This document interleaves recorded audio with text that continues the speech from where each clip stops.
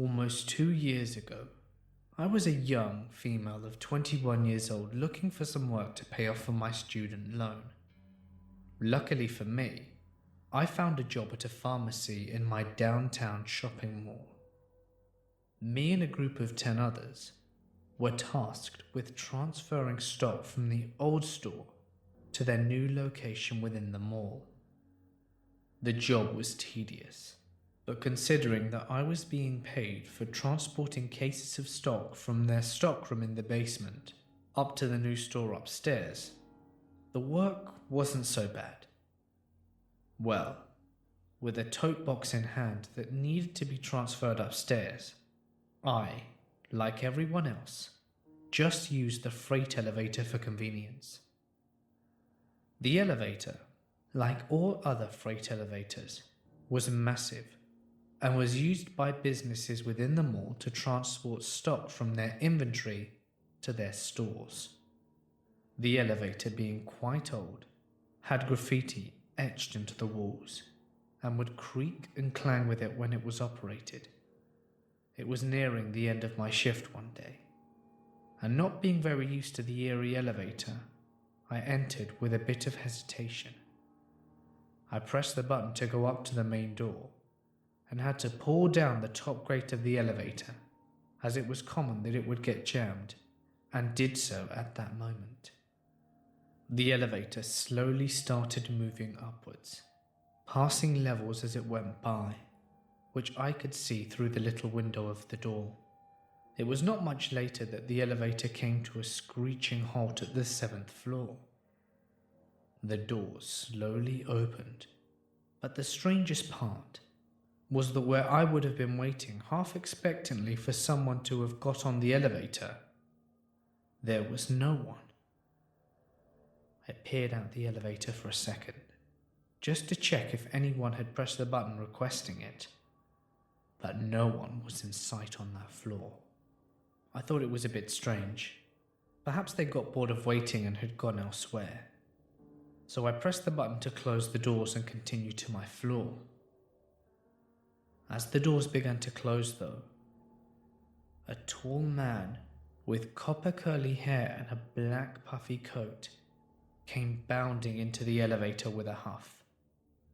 Being the kind girl that I am, I acknowledged him with a small smile and a nod, and moved to the far right of the elevator shaft, close to the control panel to give him space. I pressed the close door button more than once, and then the elevator continued upwards, not speaking to the strange man. I then began to notice him shuffling closer and closer to me. It was very strange. I gave him plenty of room and he was practically on the other end earlier. And yet, as the elevator slowly ascended, he felt the need to move closer to me. It was getting to the point that we were almost standing shoulder to shoulder. Then, he spoke in a very calm and low tone.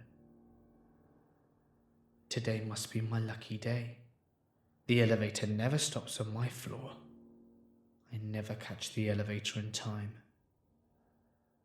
Looking up at him and seeing the best in people, I laughed nervously and replied to him, "Yeah." It was at that point that it started to get freakishly close. It was almost as if we were chest to chest with nothing but a tote box separating us. It was in this moment that reality hit me. This man was making me feel very uncomfortable and was giving me a very creepy vibe. My heart began to pound in my chest as the reality that I was in this scary elevator alone with this creepy man truly hit me. As I moved closer to the wall, as he crept into my personal space, I began to think about what I could use to defend myself if he began attacking me. The only weapon or tool that I had was this tote box. It was very flimsy, and it was just a barrier between him and I. I glanced at the control panel, and watched as the numbers of the floor levels changed painstakingly slow. I prayed that we would reach my floor soon, as I was afraid that he was going to do something terrible to me. The man just stared maniacally into my soul, as if contemplating what to do to me. My entire body began to shake, and my heart felt as if it would burst down my chest. I was just so scared. Just as soon as I accepted the situation and prepared myself to fight back, the elevator screeched to a stop on my floor. The doors slowly creaked open to 4 individuals waiting to enter. I let out a breath that I had been holding in the entire ride, as I was so relieved to see other people. One young woman glanced down at me on the elevator as it opened, and looked at the man and smiled and said, "Hey, how are you?" And the creepy man reacted like a switch had been turned off inside him, smiled back excitedly and responded, "Hey." It was at that point that the group entered the elevator, and I took the opportunity to bolt out the doors and back to the pharmacy. When I got home, I felt shaky and terrified.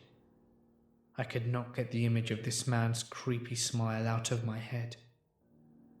I didn't want to after that day, but I remained at the job as I desperately needed the money. But I never went into the elevator alone, and I always carried an X-Acto knife in my pocket just to be safe. But I never did see that man again.